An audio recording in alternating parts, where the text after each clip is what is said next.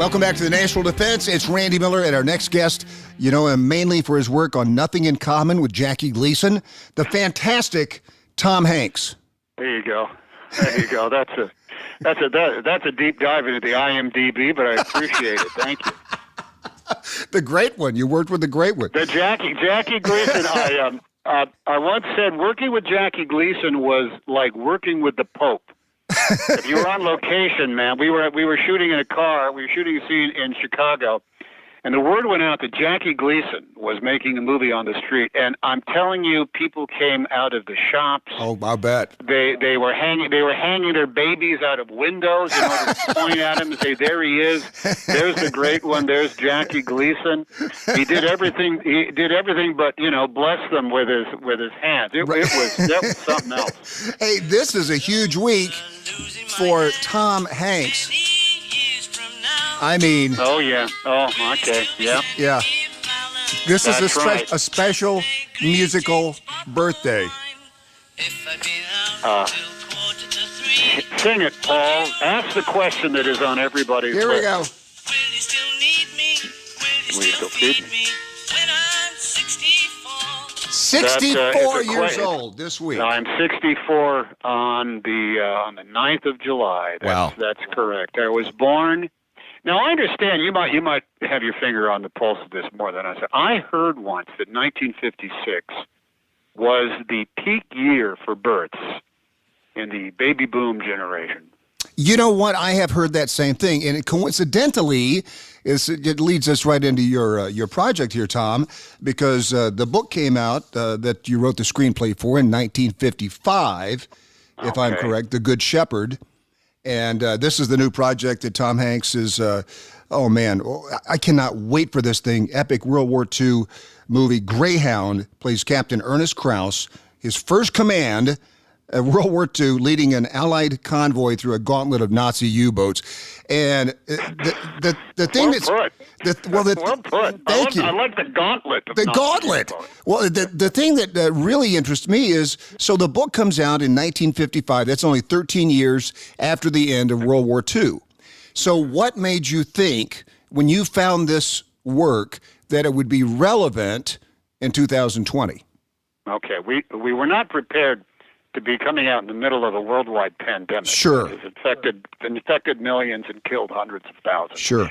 That was new. That was a surprise to us.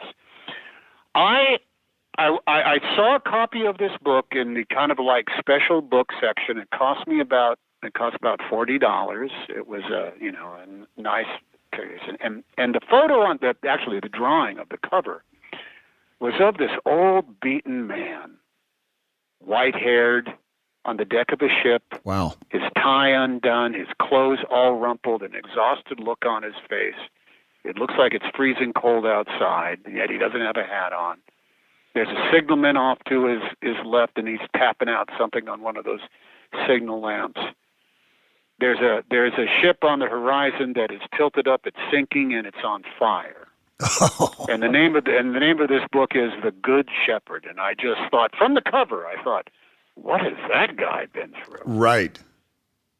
Then picking up and by page 4, inside the head of a guy who is making his very first crossing after a career in the Navy in which he was never the commander of the ship. He was always a staff officer. He was always, your audience might know the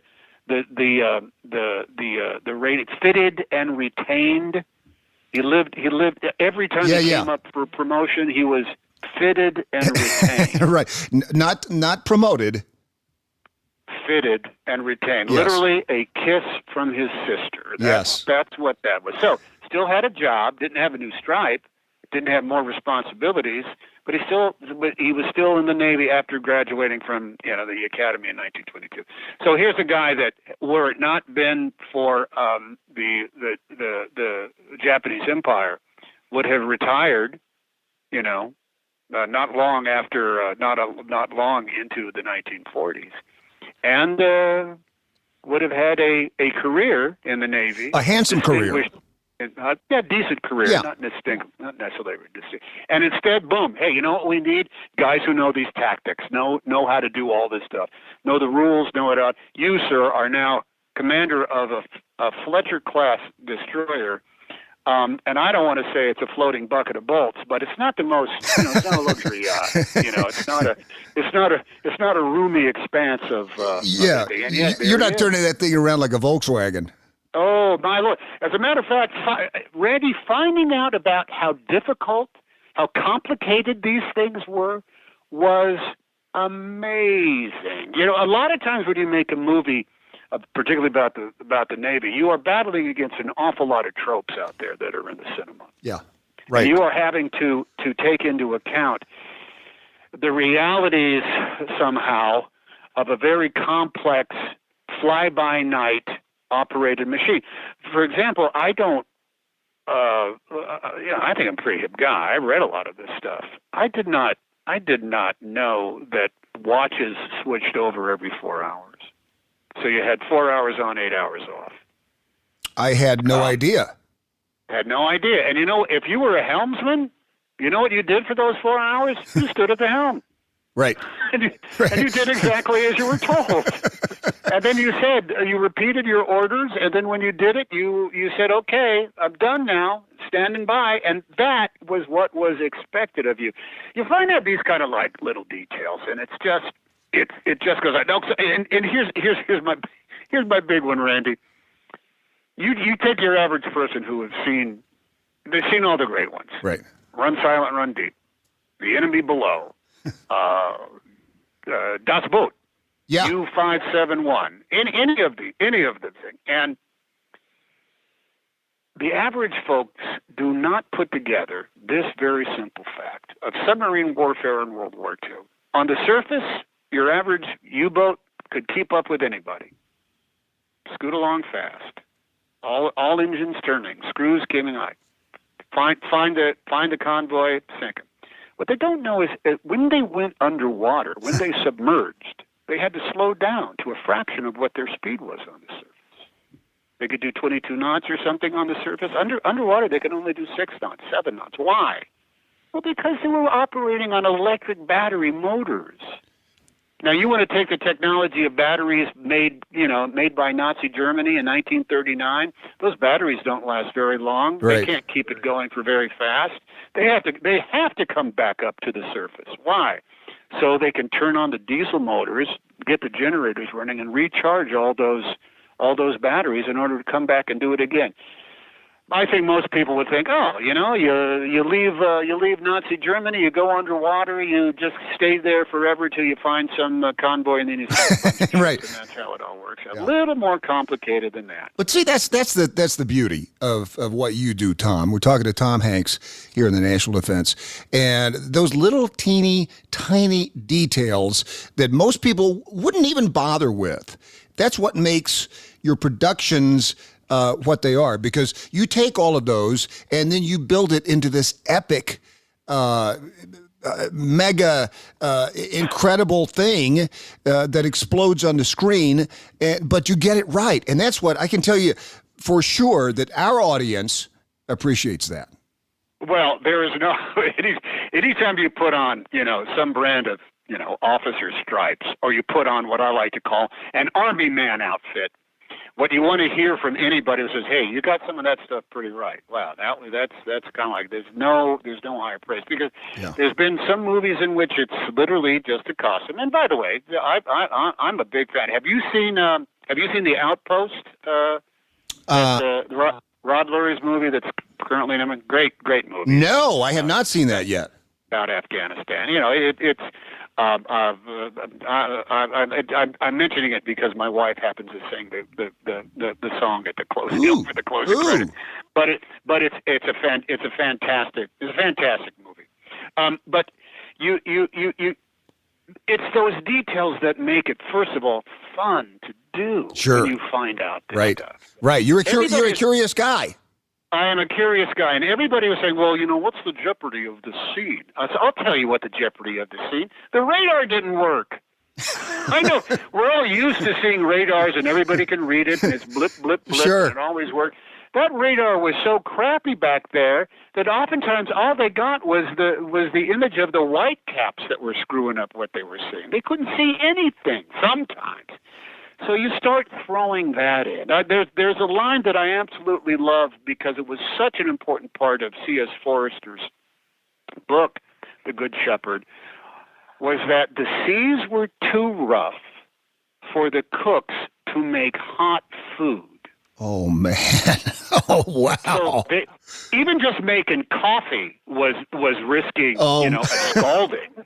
So if you can't get hot food down to cruise, so you're out on your watch for 4 hours, and you're up there on one of those freezing outposts with your, with literally your naked eye, aided only by a pair of binoculars to see what's out there. There's no other way in order to see. You got to see it with your naked eye. And after 4 hours of being out in the cold and the wind and the ice, you get to have maybe a bologna sandwich and a cold cup of coffee. And a lukewarm cup of coffee. Yeah. Thank goodness it was the Navy. At least you could get ice cream if you had an ice cream machine. Right. And they had plenty of sugar, and you could load up, milk that hadn't gone bad in it. But that's one of those kind of details. We were able to add a line in it, which I say to the officer of the deck at some point, bring them.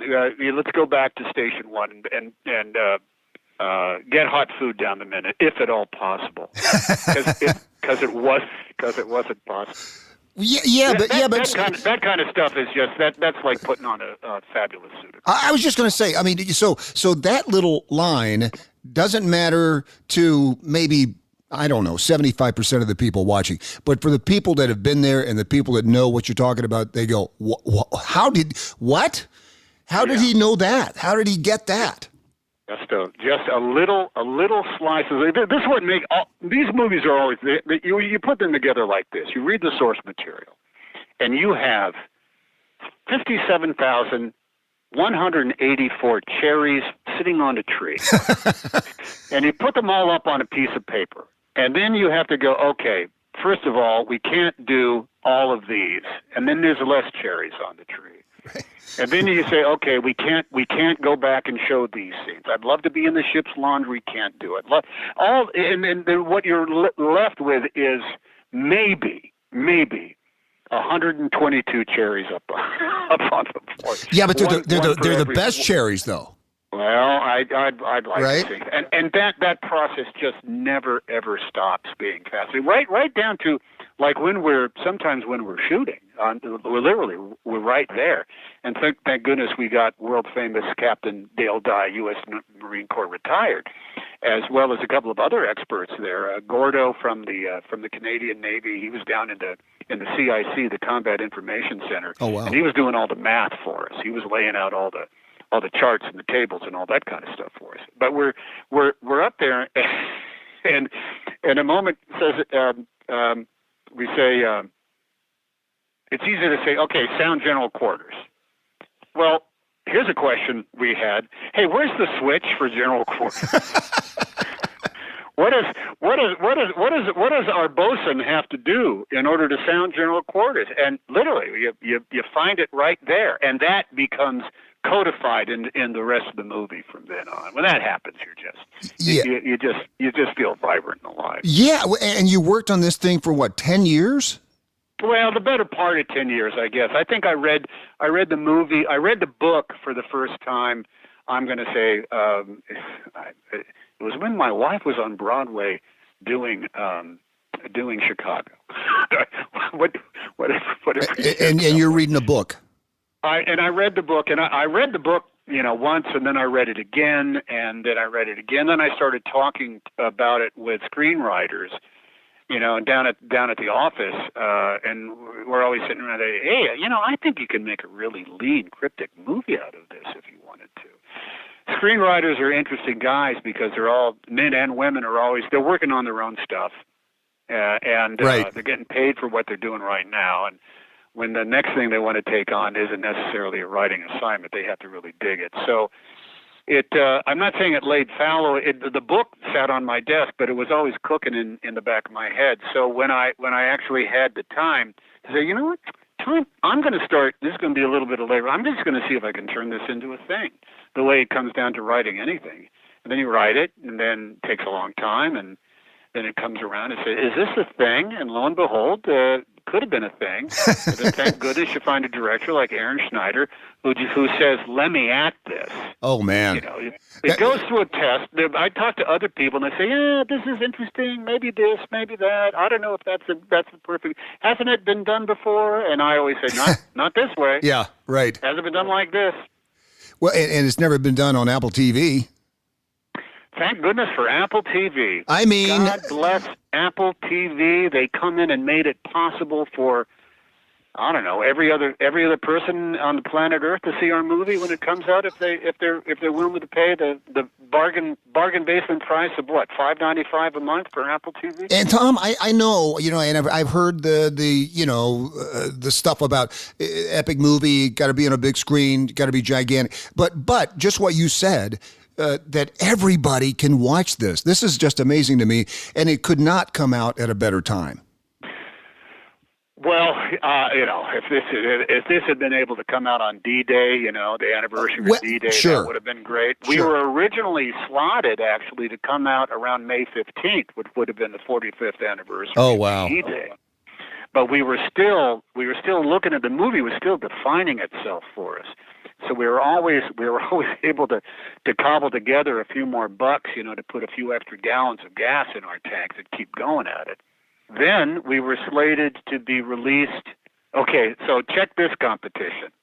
We were going to be released in the week between Wonder Woman and Top Gun 2. Oh, that would have been a fantastic weekend at the box office. Well, it would have been, and I think we would have had to put on brass knuckles and go off and try to save ourselves some screens. So it is rats for COVID-19 taking away the ability for all of us to go to the movies because there's no substitute for that. But what has been part of society now for some time is when something fantastic and magical and involving shows up on our damn good TVs at home, provided by a streaming service that puts out as good a quality of everything as Apple TV Plus does, and fill up that couch, start watching it, and you end up being part of the common experience of going to the movies in that way. Well, and here's I remember you might. How old are you, Randy? I'm just turned 60. Okay, you're a kid. I was done with high school before That's you right. even showed up. Exactly. Showed up in your skinny legs, maybe saying, "Is the track team something I want to try out for?" I remember seeing very young. I'm going to say maybe 10. A movie that I thought was the greatest motion picture I had ever seen. Bridge over the River Kwai. Oh, man. What a movie Yes. that was. And you know how I saw it? I saw it in black and white. Yep. On the ABC Sunday night movies over 2 nights, Sunday and Monday.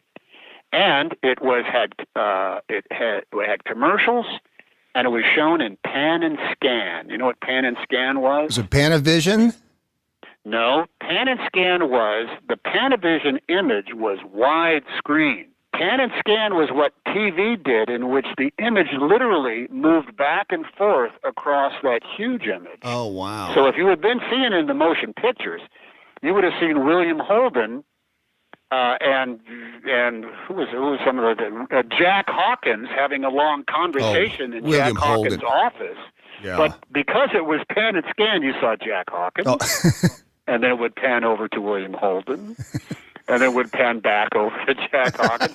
So you were seeing a type of movie that never existed anywhere except on the ABC Sunday night movies. Well, and you'd always so say... God bless Apple. I mean, we were able to throw this thing up on the screen with all of its glories. We went back to it. We did shoot it for the big screen, but we were able to go back and repost it for television. So it's going to look great, and turn the sound up, and it's going to sound. And we're not going to see not formatted for the for your screen. No, No, this film has been auto formatted for your screen. Well, but Tom, that's what I mean though, because if this movie had, and selfishly I'm saying this, but if it had come out in theaters, my wife and I would go. I don't know if my daughters would go. I don't know if my dad would go. But now that we're all home, now that we're here, we're all going to watch it, and then we're going to talk about it. And that to me is the greatest thing of any kind of historical movie, especially to me, a military movie. It's just, it gets that conversation. You get to take it all in immediately when you're all settled down. I kind of like that argument that goes in all families. Come on downstairs, we're going to start. That thing that goes on.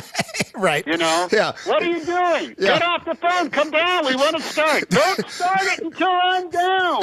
We're going to start right now. No, wait. I'm almost done. Wait, don't start. I love that. Yeah. That's well, you talk about your first movies. I was a kid in a chipmunk club, and if you turned in your Tom's chips bags, you got to go to the movies for free on Saturdays with a bunch of other just crazy kids. And the first movie I ever saw like that was free was Big Mouth with Jerry Lewis, and it was just phenomenal.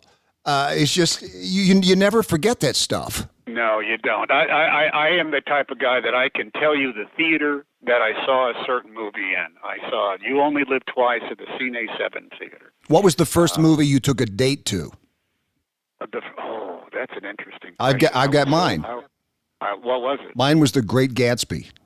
Oh, wow, not bad. Yeah. I think I took a girl to see the reissue of Dr. Zhivago. It's pretty highbrow. Not bad.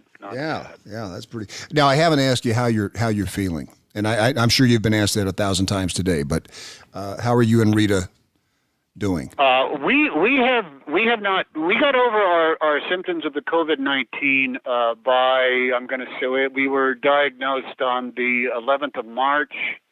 We were in the hospital for 3 days, where they kept an eye on all of the serious stuff that could have gone wrong, and also kept us from giving it to anybody else. That was one of the other important things about it. The symptoms we experienced, Rita was worse than I was. She had a bad fever. She had horrible nausea, and she lost her sense of taste and smell at a time when that was not quite known to be one of the symptoms. I had a low-grade fever, but I had just cracking body aches. Honestly, I felt like I had a body made out of saltines. I just felt like my bones were falling apart, and was just incredibly achy, very fatigued. Slept most of the day, had no energy, and no real thought process. Once those went by the wayside, we were I don't know, we're fine. I don't know any other way to put it. But we were tested. We have the antibodies. I was able to go down and give some plasma. That's a good thing. That's great. We just found out though that now the antibody numbers are fading. They're not as strong as they were, and so nobody's a doctor here, and even the doctors we think says, well, we think eventually you won't have any more antibodies. But you did your part. You could get it again, and we think it won't be as bad as it was the first time, but all of this stuff is to be determined. Yeah. But, the main thing there, you did your part. And by the way, after seeing Rita on the cover of AARP magazine, she's doing fine. Oh. I mean, oh my gosh, it looks like she's not old enough to be on AARP magazine. I know. I keep thinking I'm married to a woman 30 years my junior. It makes me kind of creepy. It makes it a little bit creepy. Hey, you played Captain Phillips. By the way, we had the author on this program of Captain Phillips. Very fascinating guy with a new book. You played Captain Miller in Saving Private Ryan, co-wrote and directed Band of Brothers. Tom, what is that fascination you have with the military? And I know it's a fascination. Well, You know how Marty Scorsese makes all these movies about being Italian in the Lower East Side? Right. As I was born in 56, I'm in kindergarten in 1961, okay? And I now know a lot of adults in the world. Anybody who's a caregiver, anybody who's a friend of my parents, anybody who was a coworker of my parents, they all were part of World War II. And they spoke of their lives in three distinct pieces, like acts of a play or a movie. Their reminiscence were, if they were a kid, they would say, well, when I was a kid back before the war, right. That's what they always said.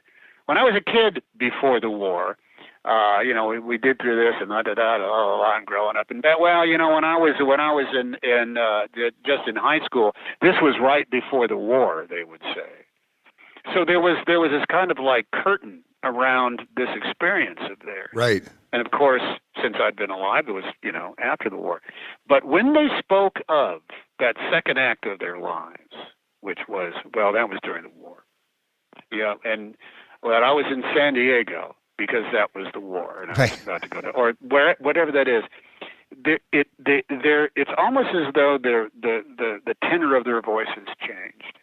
And their body posture was altered a little bit. You could just see some kind of brand of that tension of uncertainty came into their vocabulary. Yeah.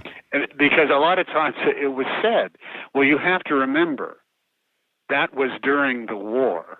And what we had to remember was they didn't know anything. They had no idea how long it was going to last. They had no idea who was going to be coming home from their high school graduating class. They had no idea my dad was a machinist. He never saw combat, but his island got bombed a couple of times, There was a moment I was maybe 10, what have you, and I was at a Safeway grocery store with my dad, and we were just, grabbing some stuff, grabbing some groceries, probably ice cream. I probably asked for, can I pick out my own cereal? I'd really like to have Cocoa Puffs this time. Can I get Cocoa Puffs? And so I'm probably standing there with my box of Cocoa Puffs that I picked out. And my dad looked at a fellow. I can't remember what his name was. Let's imagine his name was David Parker. And my dad looked at him and he said, well, David Parker. And David Parker turned to look at my dad and said, Bud Hanks. They'd been in the Navy together. They hadn't seen each other. They hadn't seen each other since 1943. My dad was a machinist in some base somewhere in the South Pacific. I don't even know where he was. But all he did all day long was work on the hydraulic systems and the engines of literally PT boats. And he would have stories about this, but he hated being in the Navy. He hated all the time he was there. He hated the time right after. But here were two grown men. In the way they greeted each other, they were communicating that, this is a fellow that I knew, but he had to understand that was during the war. Right. And that burden, that weight, is not about a generation, or it's not about a genre, or it's not about a period of history. It's about the weight upon a human being that has to deal with that type of stress, that has to deal with the ongoing anxiety of the stasis of being alive at a time when there is a crisis that could take away the lives of everybody and even destroy your society. And they do not know how long it is going to be. Boy, does that sound familiar. That to me is just fascinating. Yeah. Does that sound familiar? And it is always, when you talk about those before and after the war, it was almost like an answer, like, what did you do? Why were you there? Why did you live there? Well, that was during the war. And everybody understood. It was kind of like, okay. Yeah. Oh, yeah. And you didn't have to be a serviceman in order to go there. No. You could have been 65 years old in 1959. You sat out the war, but even they say, well, you have to understand that was during the war. And it carries away even little kids, 8-year-old kids. Right. If you were 8 in 1942 and you were 9 in 1943 and you didn't turn till 10 till 1944, even they would say, well, my dad this and that, and we were living here because, You got to understand that was during the war, Right, and all right. we did was move around, and my dad wasn't home. Things like that. Yeah, That ends up carrying carried a great amount of weight with me as far as the human condition of grown-ups. Well, you think are gods, when you're a kid. Sure. You think your teacher and your high school principal knows everything on the planet Earth. sure. Well, that's what fascinates me about this Captain Krause, his first command, and how he deals with that. I just cannot wait for this Greyhound on Apple TV Plus. And Tom, you played Captain Phillips, Captain Miller, Captain Krause. Are there any other captains you'd like to play? I got a couple more. Kangaroo, Captain of the basketball team. Crunch.